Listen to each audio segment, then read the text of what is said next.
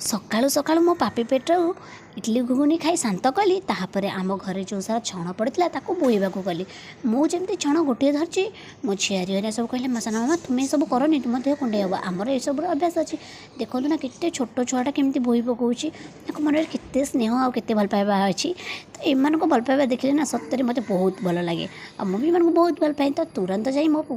पाखे चॉकलेट आ कुरकुरी नहीं समस्त को दे देती समस्ते खुशी नहीं गले आम छोटिया जिनस जब कि खुशी हो जाऊँ ना तो बहुत खुशी लगे देखो समस्ते के स्नेह के खुशी चॉकलेट खाऊँ मो स्वामी आ सासू पड़े जड़े देढ़शुर बाहागर था आम से कठा टे बेसर देलु आउ मिक्सचर खटा लगे खाई से बाहागर एंजय करते आमको भी बहुत गुड़ा एंजय करते कारण राति रोषे आम नाला कि खुशी लगे राति रोषे ना ना रुटी करवा सब बेसी कष्ट लगे तो से भोजी खाई आम भोजी नहीं आसते मो माँ को कही कि माँ मो खीरी आने तो खीरी आनी आम सब खाई भिडियो भल लगे लाइक सब्सक्राइब जय जगन्नाथ।